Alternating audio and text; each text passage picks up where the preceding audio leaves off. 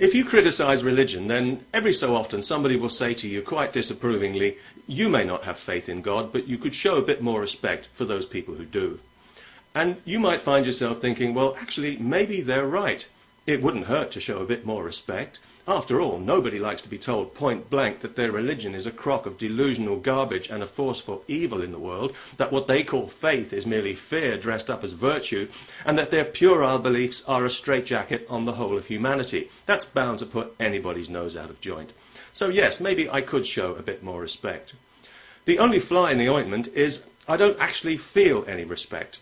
I have tried, I really have, and I feel just terrible about it, but it just isn't there. I suppose I could lie to myself and pretend for the sake of people's feelings, because we all know how delicate and tender they can be these days, but the bald truth is I don't actually care about their feelings at all, not even slightly. And of course I realise that should weigh heavily on my conscience, but luckily my conscience knows when it's being bullied and manipulated, so it doesn't care either.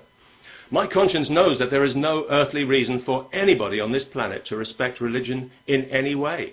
Indeed, purely on the evidence religion itself provides in such regular abundance, there's every reason to actively disrespect it to the point of outright abuse.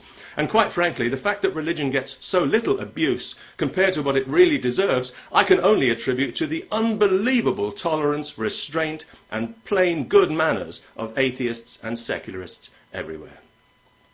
So if you are a religious person, and if you're thinking of demanding more respect for your beliefs, please try to bear in mind that you and your religion are already getting way more respect than you've ever deserved. Your faith is a joke. Your God is a joke. He's so absurd, he's an embarrassment even to people who don't believe in him. And he and you still have it all to prove. So far, no proof has been forthcoming, nor is it likely to be, as we all well know. So respect, I'm afraid, is out of the question. The best you could hope for is amused incredulity, and that would be on a good day. People say, well, you can only truly understand faith when you have faith, which I take to mean when you've suspended your critical faculties and hypnotized yourself into believing a load of fascist nonsense about your eternal soul, then you'll understand faith. Well, I can certainly believe that. Faith peddlers like to put themselves beyond question by claiming that their faith transcends reason, the very thing that calls it to account. How convenient. Yes, faith transcends reason the way a criminal transcends the law.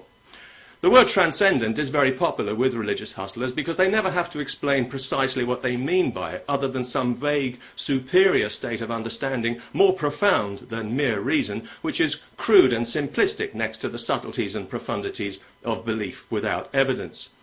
If you hear a senior clergyman, and you will, using the word transcendent to explain the nonsense he claims to believe, then you know two things. One, he doesn't know what he's talking about, and two, he doesn't want you to know what he's talking about either.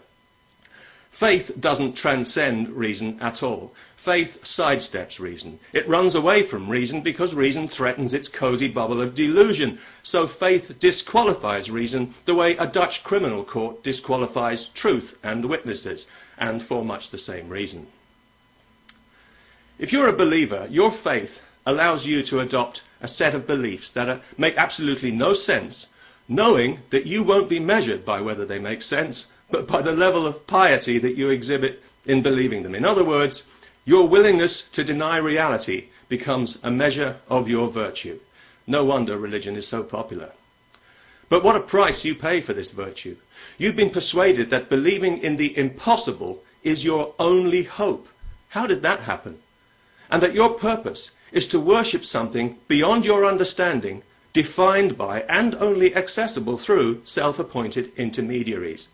Your thoughts, your words, and your identity are no longer solely yours to decide, but are subject to the approval of those who have assumed authority over you through your faith.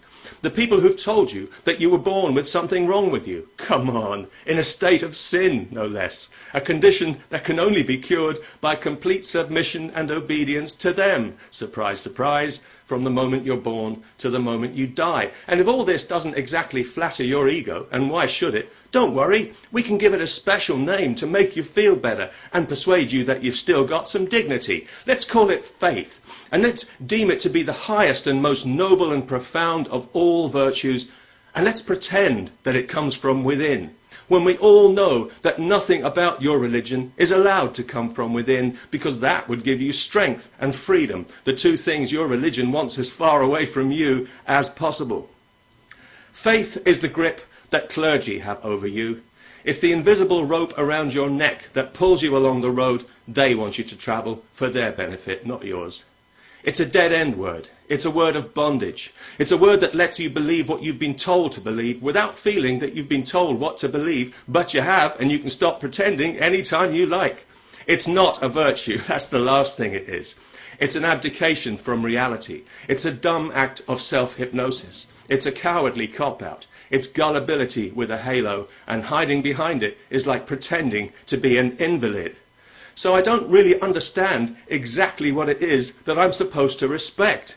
It seems to me I'd need to be some kind of moral contortionist to respect something that noxious, something that depends for its existence on a closed mind, and it is clearly dragging humanity in the wrong direction, giving us false ideas about ourselves and about the nature of reality. I feel if I respected that, I'd be needlessly contributing to the stupidity and ignorance of the human race, and that is one thing that I don't want on my conscience. No offence. Peace.